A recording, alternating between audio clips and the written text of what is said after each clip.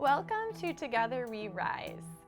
This season, titled For the Parents We Are and the Kids They'll Be, we'll explore the joys, challenges, and transformative power of parenting, one honest conversation at a time.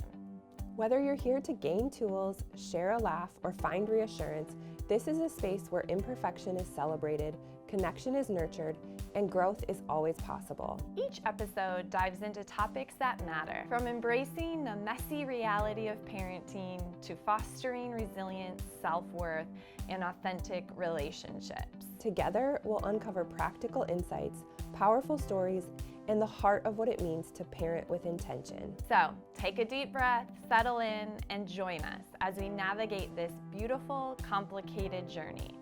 One step, one story, and one lesson at a time. Welcome back to another episode of Together We Rise. With you here today is Tonya, Maggie, and Amber.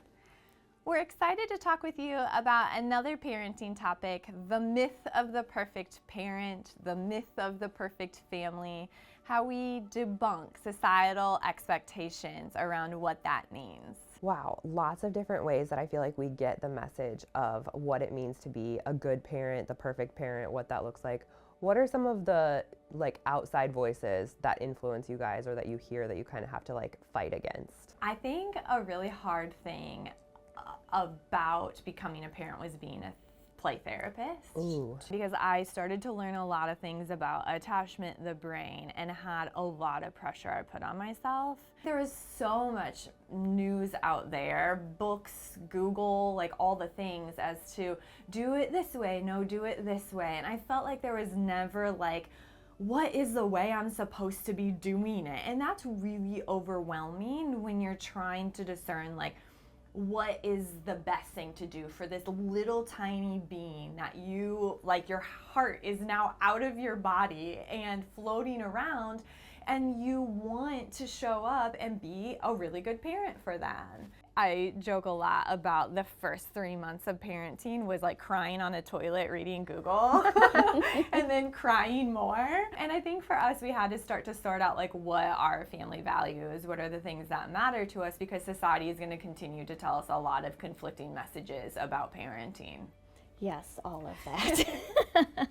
We grow up and I think we pick out what we want to do as a parent, and that's really hard to kind of weed out how we want to do things. There's also just social media and all of that. Now, I kind of lived in that world, now having one in college, I lived that world pre-Facebook social media, and then as I had more kids, I got more robust. Just a lot of, oh my gosh, I'm not doing that, or I should be doing that, and what's the right answer, and how am I breaking my child or not breaking my child? And oh my God. And then with each developmental age too, what was recommended for my oldest was not for the one 4 years later. Yeah. And definitely not for when I had the other three.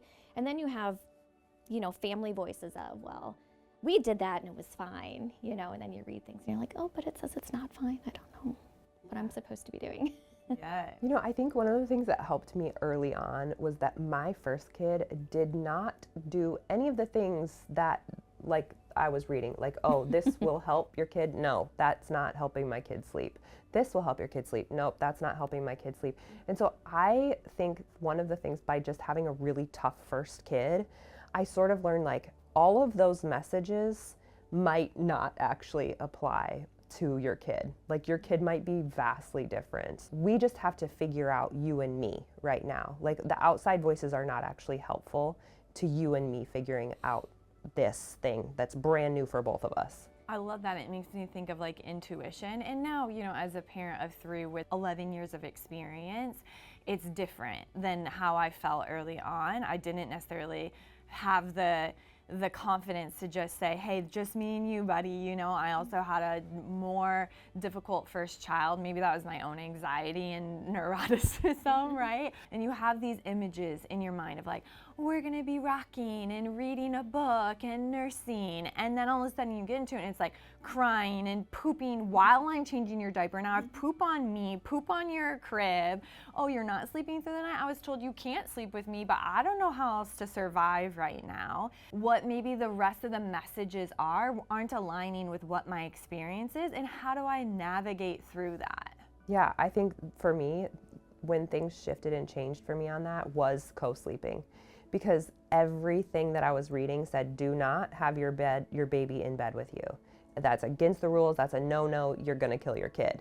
And I was like, I don't know how to sleep if he's not in bed with me, because he's not sleeping if he's not in bed with me. And it was the only way that we slept. And I had to just like say, I feel like sleep is actually really important right now. Turns out. And if I don't get it, I don't know what else I'm going to do. Right. But so when that happened, then I started reading other things and realizing that actually humans have been sleeping in bed with their babies for all of existence. And so it kind of like taught me a little bit to challenge some of the messages, like, where is this coming from? Who is saying this? Who does this, benefit if this is the advice that I take? And so having kind of that experience of nothing else is working except for this thing that they tell you not to do kind of shifted that view for me. How did you move to a place of acceptance of that? And I think back to what you're saying in the social media, it's hard not to compare yourself to what you're seeing. And you can tell yourself like,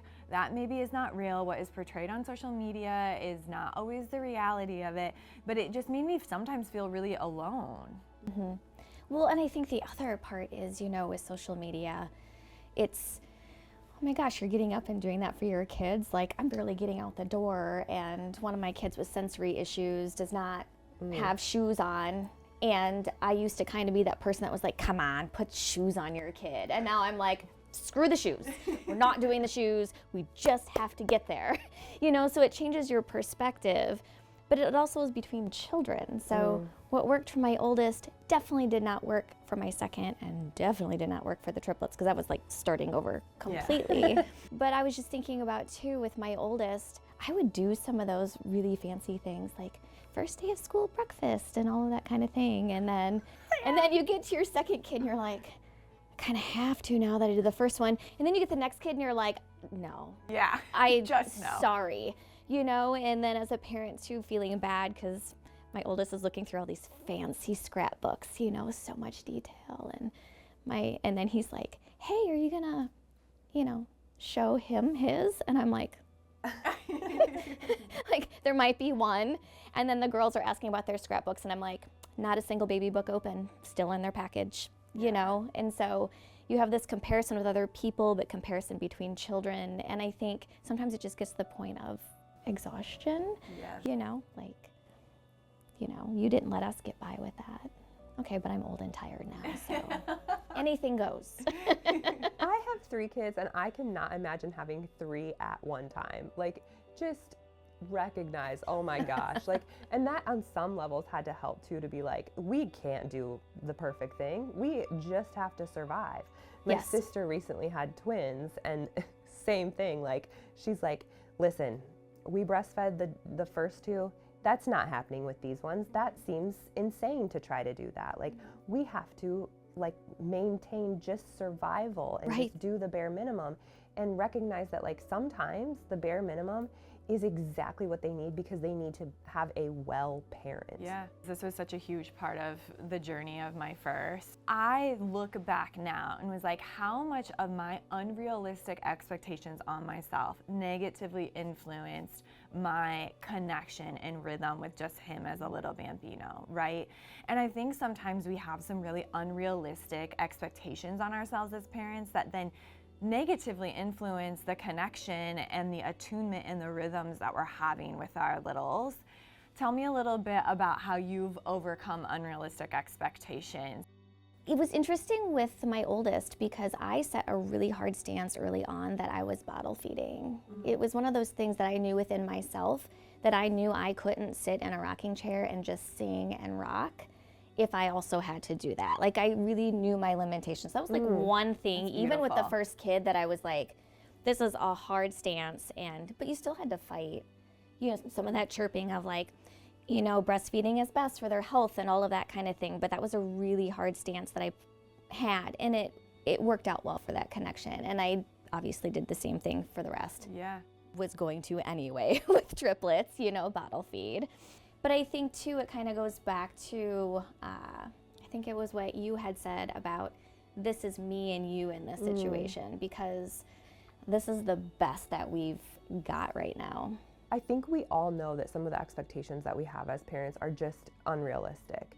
Like, it would be wonderful if we all had all the time, all the energy, all the resources to just do all of the things that we see on social media, all of the things that were wonderful about our childhood, but not awful about our childhood. But like, we recognize and know that we're human, and it's how do we fight against those messages? And I think we have to really have some sort of like mantra or something that we tie back to say like, here's what our values are as a family. Here's what we think is important. And this is our bare minimum.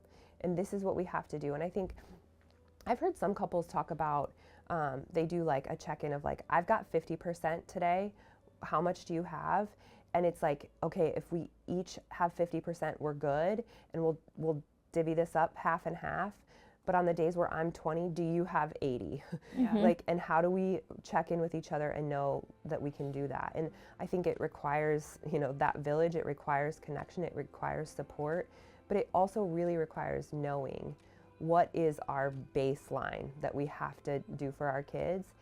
And on the days that we can't do more than that, that's okay. One of the things that makes me think about is how we lean into vulnerability as parents. And I think that was really hard for me early on. I had a lot of high expectations for myself as to who I wanted to be as a parent.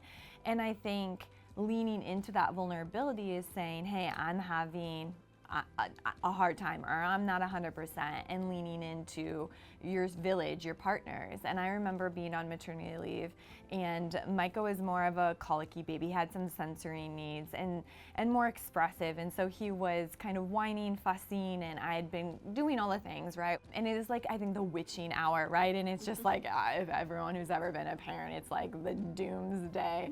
And Eli comes in and was like, here, I'll take him. And I was like, no, I got it, you know, and it's like, and he's like, no, I'll take him. Like, I'm like, no, I'm okay, we're okay, you know? And he was like, hand me the baby, you know? And I'm like, I'm okay, sir, I'm okay, I can do it, you know? And I think it's because there's just so much pride that is connected to like, I'm their mom. I should be able to figure this out. I should be able to calm him down. I should. All these shoulds, I should, that are so disconnected from maybe being able to be in a space that is vulnerable. And how beautiful it is for new parents who can say, you know, I need a weekend off. I'm gonna let grandparents take them. Or I'm gonna, like, that is beautiful when we think about being a good enough parent. When I think about that, I think about like my early parenthood days and how important it was to talk with other parents who were going to be real with me. I was so fortunate to have a really good friend who was pregnant at the same time as me and had a newborn baby at the same time as me, and just like her openness about how hard things were, and it just saved me so much to be able to say like, yeah, that is actually so hard. Like, oh yeah, your kid doesn't sleep either. Like, that is so hard and it's not working. I think sometimes as parents, one of the gifts that we can give to each other is that vulnerability and that openness to say like, yeah, I don't have this all figured out either.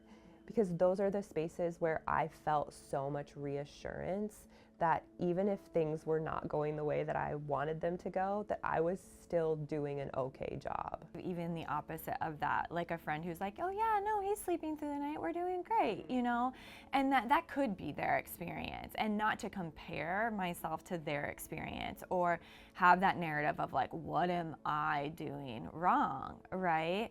And so tell me a little bit about how you navigate challenging, like feeling like, oh, I'm doing something wrong. I had a couple of other thoughts to kind of bounce back Yeah. off what you were doing is back with that I should be able to piece, that as I became further along my being a therapist journey, that really would be like, you should know how to do this. You give advice to people, right? You help people through this and you cannot figure it out.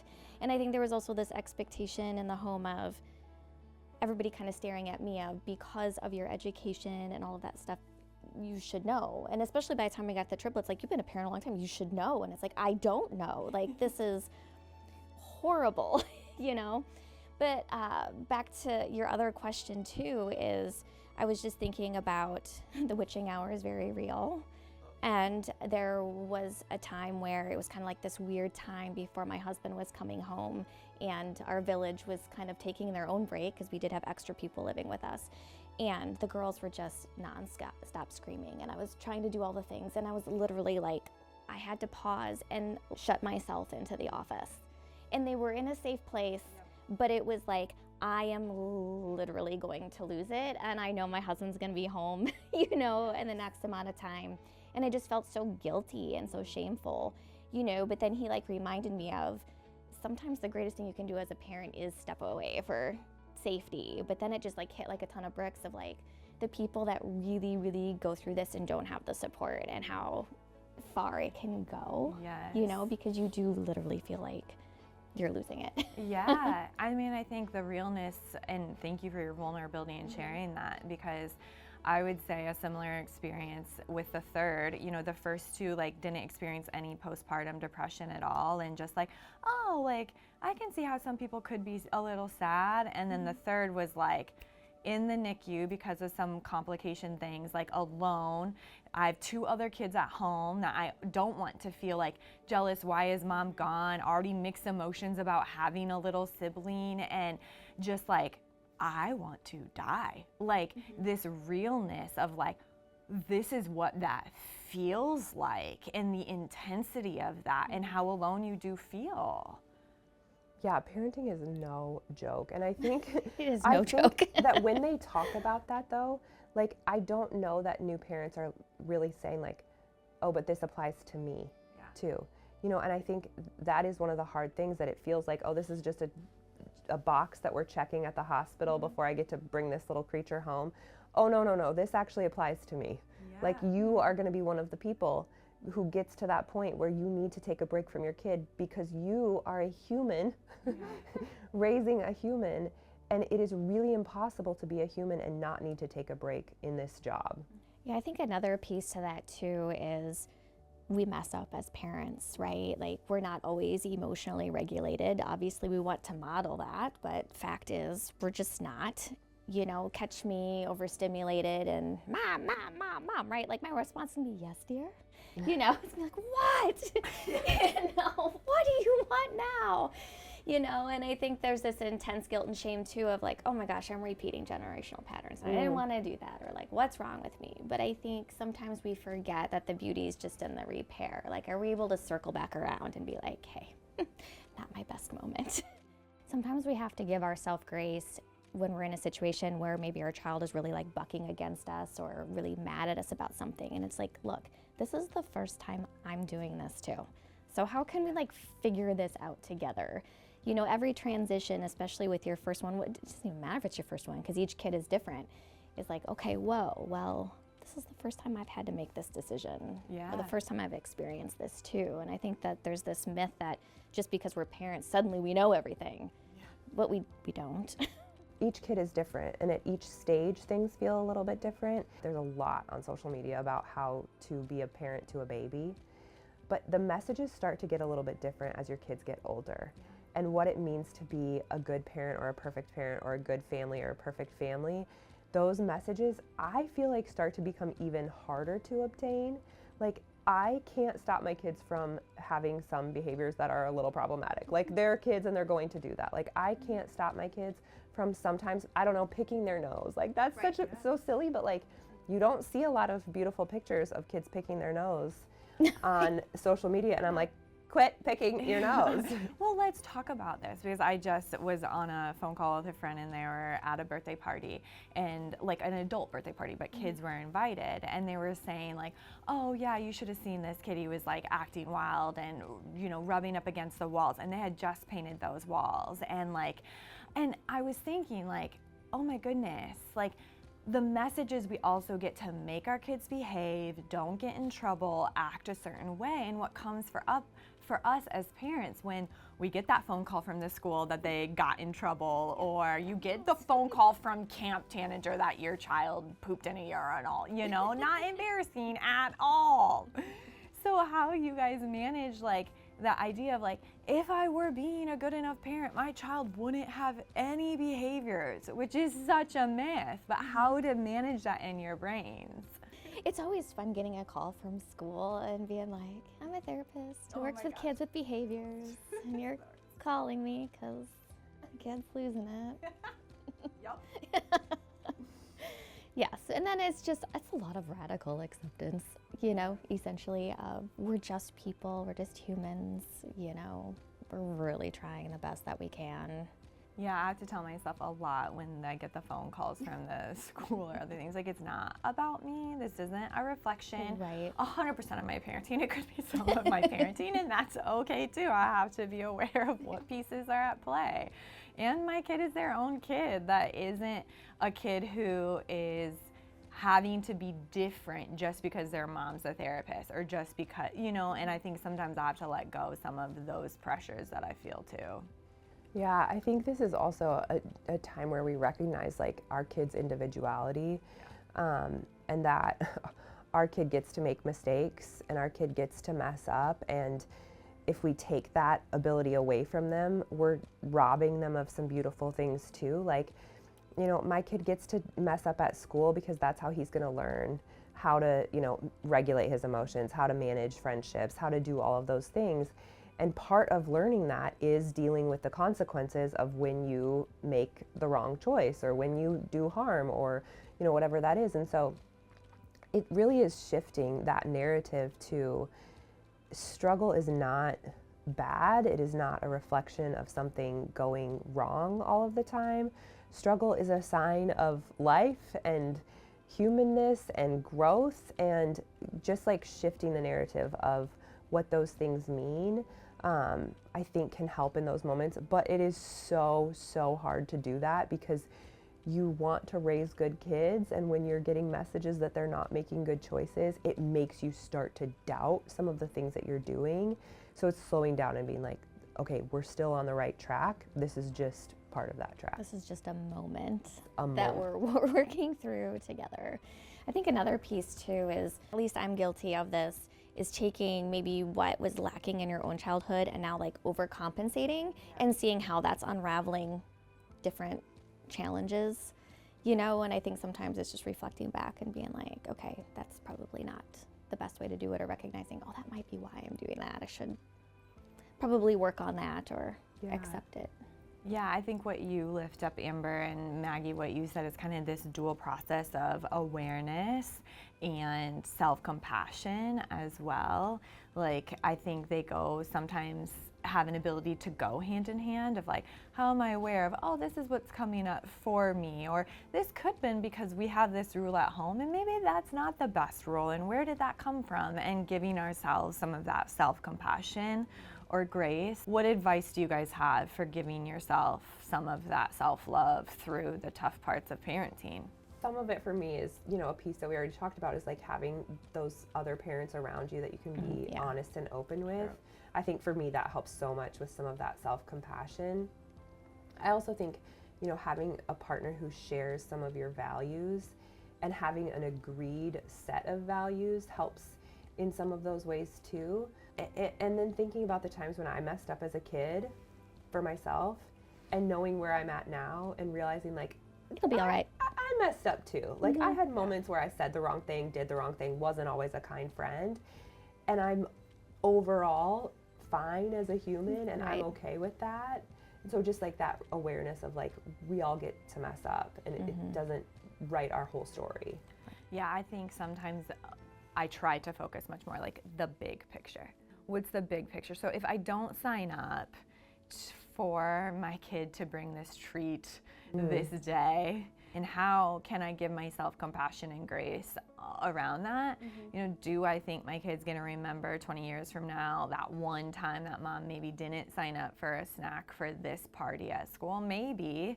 And do I feel like I can sit down and have that conversation as to, this is why I didn't sign up for it? And like, I think sometimes like my biggest compassion comes back to like, am I living at least in alignment to some of our values and with some ability to be vulnerable and authentic and say, you know what, I didn't always have it all figured out, and it's okay for you not to always have it figured out too.